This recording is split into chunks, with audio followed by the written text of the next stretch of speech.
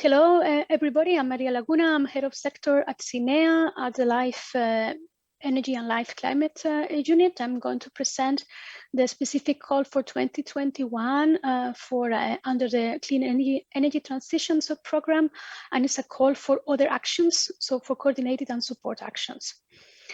So as already probably mentioned by the previous speakers, the European Commission has set up a new landscape of programs according to new political priorities, and that's why it was decided to have a new clean energy transition program under LIFE.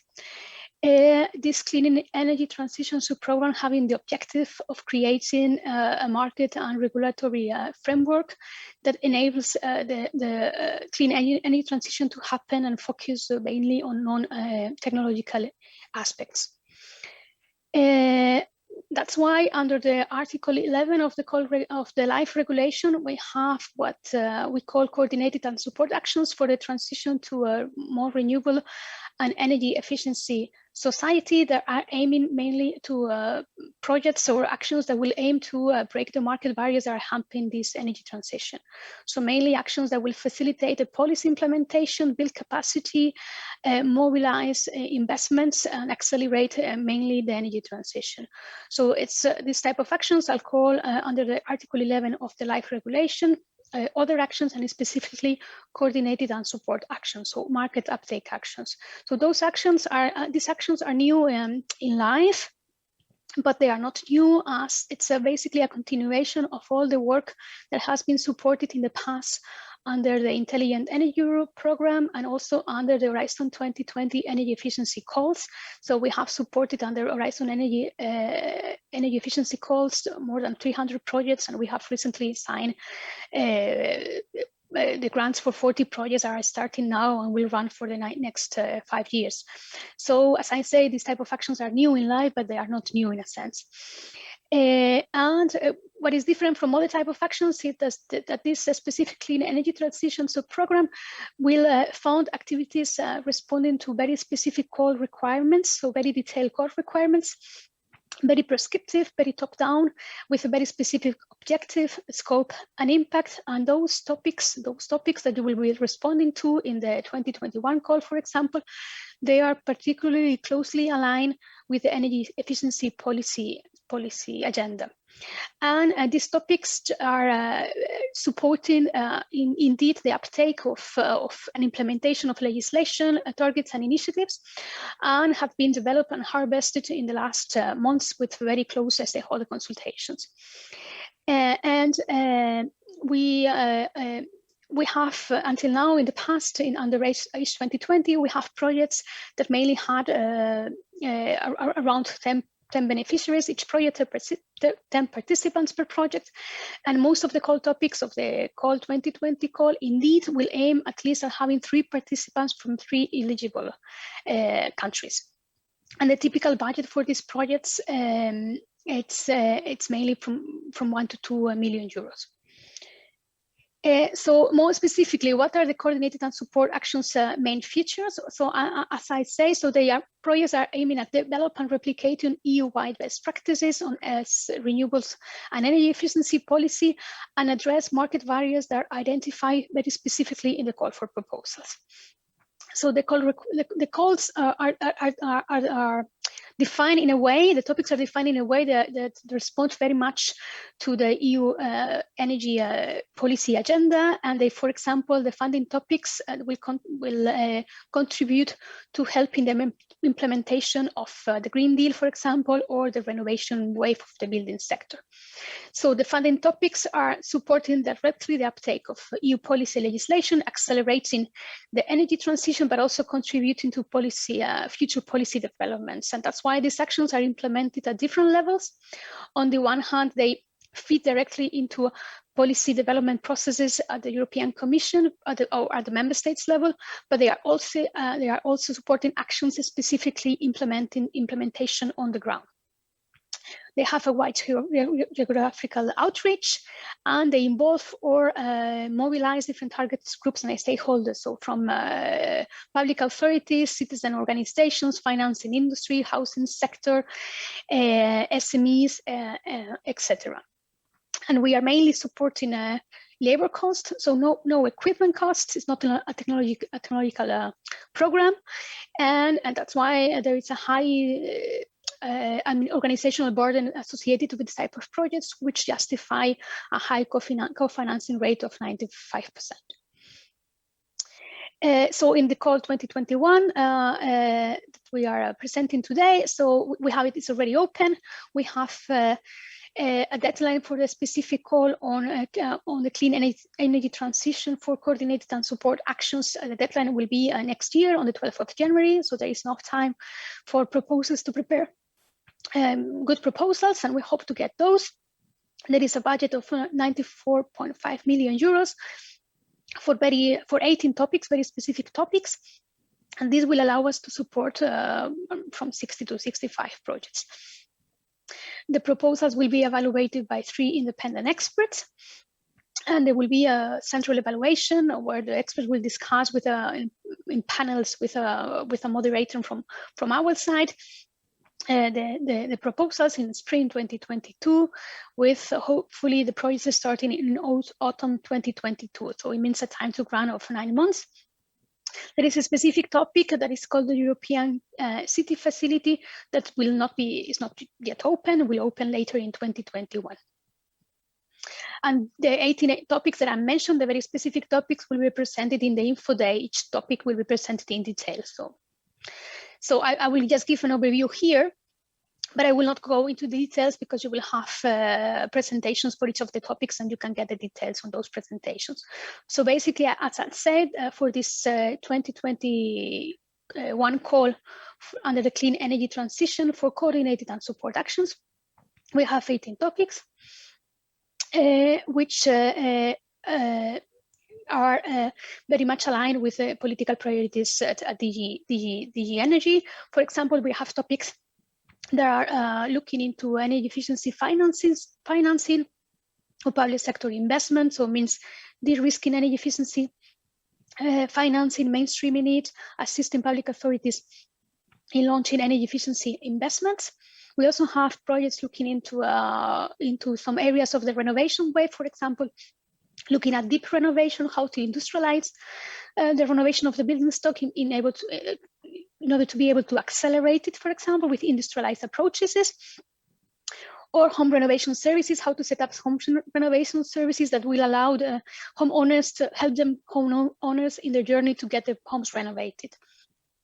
We also have some specific topics looking at the new developments in the building sector, so the smartness agenda or developing of new energy, innovative energy services.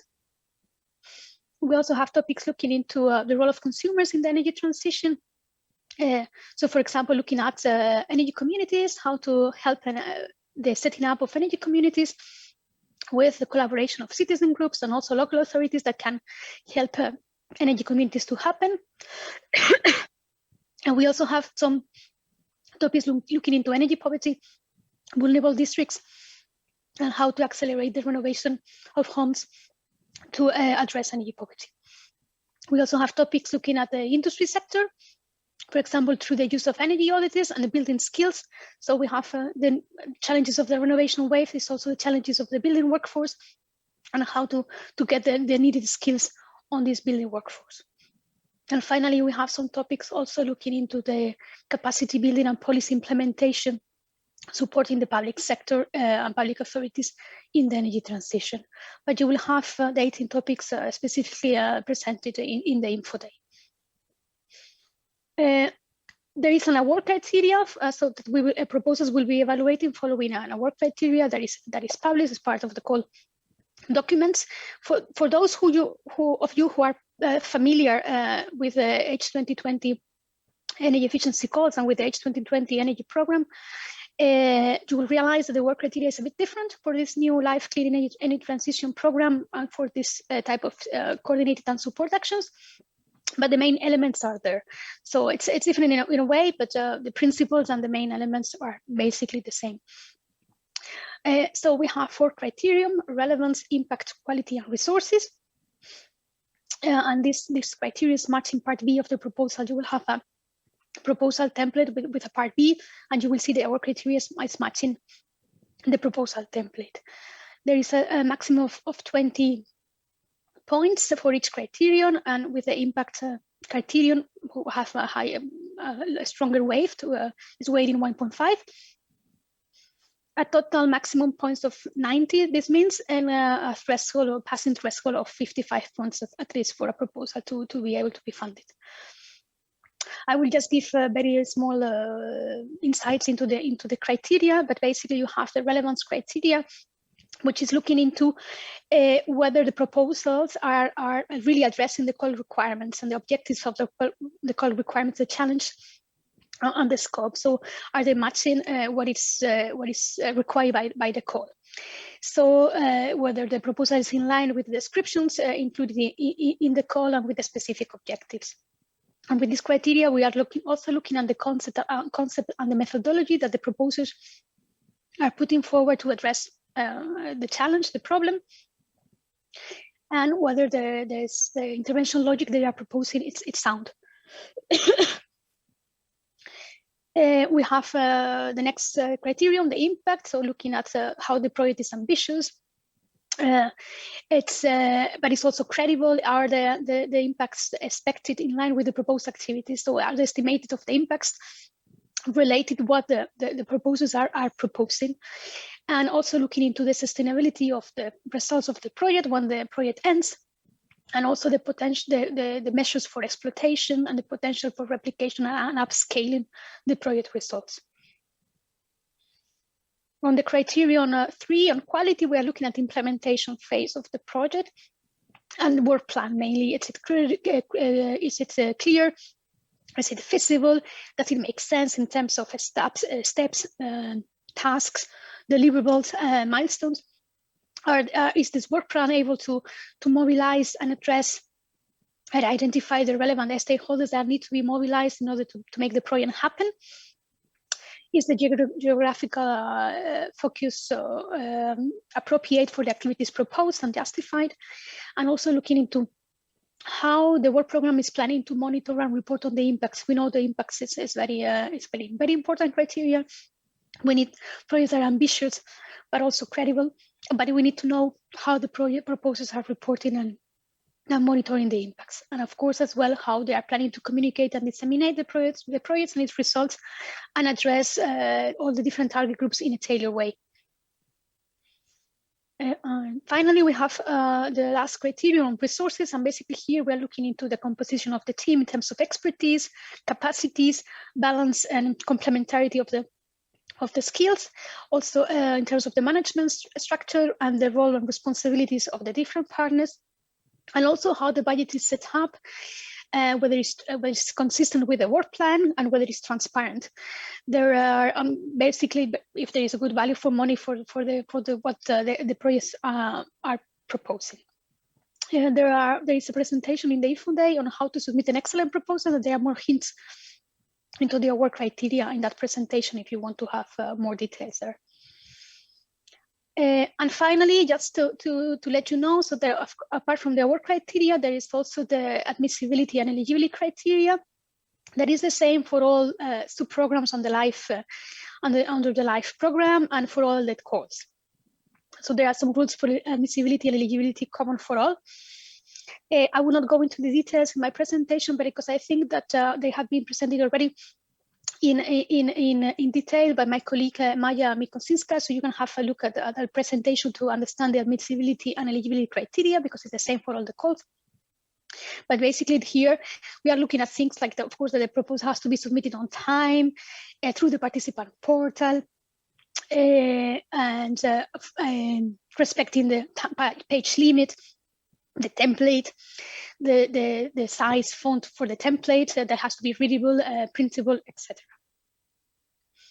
But please have a look at Maya's presentation for more details. So I think that's mainly all from my side. It was just an overview of the call 2021 for a LIFE clean energy transition, the specific coordinated and support actions. I have here a few slides for more general information, how to stay in touch with us. We have the Clean Energy newsletter, so please subscribe to it. You will get information from projects, but also information from future calls, for example. And finally, I mean, we have here all the links to the different social media, so you can also be connected to all the activities that we are supporting. And that's all from my side. So I thank you very much, and I wish you all the best and all the luck for your proposals. That I will looking forward to get many of them. Thanks a lot, and bye bye.